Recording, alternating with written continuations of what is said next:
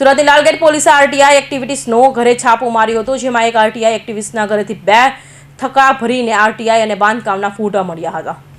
સુરતમાં આરટીઈ નામે લોકો પાસેથી રૂપિયા પડાવતા ઈસમો સામે સુરત પોલીસને લાલા કરી છે। ત્યારે લાલગેટ વિસ્તારમાં આરટીઈ એક્ટિવિસ્ટોના ત્યાં પોલીસે છાપો મારતા મોટા પ્રમાણમાં દસ્તાવેજી પુરાવા મળી આવ્યા હતા। આરટીઈ એક્ટિવિસ્ટ ઝાકીર હુસૈન લાખાણીના ત્યાં છાપો મારતા તેના ઘરથી 2 થાપા ભરીને આરટીઈ દ્વારા મંગાવવામાં આવેલી માહિતી અને બાંધકામનો ફોટોગ્રાફ્સ મળી આવ્યા હતા। તો આરોપી બાંધકામ કરતા લોકો પાસેથી ખંડણી વસૂલતો હતો। આરટીઈ કરે બાંધકામ તોડવાની પડાવવાની ધમકી આપી આરોપી ખંડણી પડાવતો હતો। તો આરોપીનો મૂળ ધંધો ટેલરિંગનો હોવાનું પોલીસે જણાવ્યું હતું। આપ લોગ જાણો છો તેમ મહેરબાન પોલીસ કમિશનર સાહેબ શ્રી પાસે અત્યારે ઘણી બધી અરજીઓ એ રીતની આવેલી છે કે જેની અંદર અમુક આરટીઆઈ એક્ટિવિસ્ટ બનીને બધી માહિતીઓ મેળવી અને ખંડણીઓ ઉઘરાવવાનું કામ કરે છે। તો છેલ્લા 8-10 દિવસની અંદર સુરત શહેરની અંદર 25 કરતાં વધારે આવા ખંડણીના ગુનાઓ દાખલ થયેલા છે, જેની અંદર ગઈકાલે કતારગામ પોલીસ સ્ટેશનની અંદર 1 ગુનો અને ચોક બજારની અંદર બીજા 2 ગુના આ રીતે ખંડણીના દાખલ કરવામાં આવેલા છે। જેની અંદર એક આરોપી છે જે મિતેશ જરીવાલા, એને કતારગામ પોલીસે અટક કરેલો છે અને આ મિતેશ જરીવાલાને અગેન્સ્ટમાં ચોક બજાર પોલીસ સ્ટેશનની અંદર પણ ગુનો દાખલ કરેલો છે।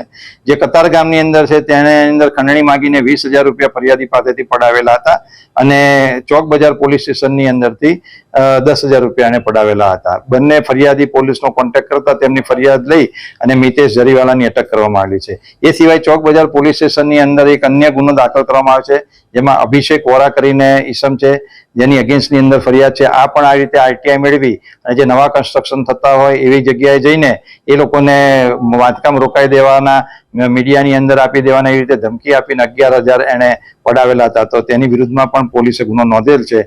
હાલમાં પોલીસની ટીમ એને આરોપીની ધરપકડ કરવા માટે ચક્રગતિમાં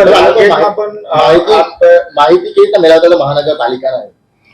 આજ રોજ અમે આ લોકોની જે પ્રાથમિક પૂછપરછ કરી તો એ પરથી જાણવા મળે છે તેઓ આરટીઆઈ નો જે કાયદો છે એનો દુરુપયોગ કરીને આ લોકો એસએમસી ની અંદરથી આ બધી વિગતો મેળવતા હતા અને એ પૂર્વક ઊંડાણપૂર્વક તપાસ ચાલે છે। મહાનગરપાલિકાના અધિકારી કોઈ સામેલ હોય એવું લાગી રહ્યું છે? આ તમામ જે એક્યુઝ છે એ લોકોની સઘન પૂછપરછ કરવામાં આવશે। અમારી પાસે એવી પ્રાથમિક માહિતી તો છે કે આની અંદર કદાચ એસએમસી ના કર્મચારીઓ પણ અંદર સંડોવાલા હોઈ શકે।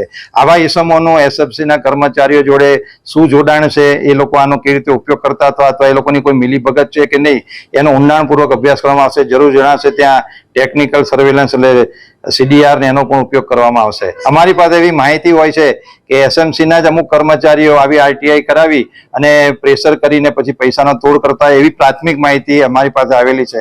બધું જ્યારે અમારી પાસે પૂરતા એવિડન્સ આવશે તો પોલીસ કડકમાં કડક આવા ઇસમો સામે કાર્યવાહી કરશે। સર, અત્યાર સુધી કોઈ પણ મનપા કર્મચારી વિરુદ્ધ પગલા નથી લેવાય, તો હવે પોલીસ કઈ દિશામાં કઈ રીતે તપાસ? પોલીસને જ્યારે બી પૂરતા પુરાવા મળશે ત્યારે પોલીસ અચૂકપણે કડકમાં કડક કાર્યવાહી કરશે। આની અંદર એક સૌથી સંવેદનશીલ વસ્તુ એ ધ્યાનમાં આવેલી છે કે આ લોકો આરટીઆઈ દ્વારા લોકોના નકશાઓ મેળવતા હતા।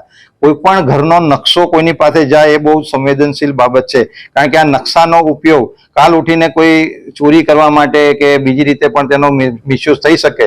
તો પોલીસની અત્યારે પ્રાથમિક પ્રાયોરિટી એ પણ છે કે અમે તપાસ કરશું કે કેટલા ઇસમોએ આરટીઆઈ દ્વારા આવા નકશાઓ મેળવેલા છે અને એનો ઉપયોગ શું કરેલો છે તેની ઊંડાણપૂર્વક તપાસ કરવામાં આવશે। આવતા સમયમાં આપ જોશો તો ઘણા અમારી પાસે ઘણું લાંબુ લિસ્ટ છે અને તમામની અમે ઊંડાણપૂર્વક અત્યારે તપાસ પણ કરી રહ્યા છે કે આવા જે લેભાગુ ઇસમો છે જે પ્રજાને ખોટા રીતે બ્લેકમેલ કરીને એ લોકોને ભયમાં મૂકે છે, આવા ઇસમોની વિરુદ્ધમાં સુરત પોલીસ કડકમાં કડક કાર્યવાહી કરવા જઈ રહેલી છે।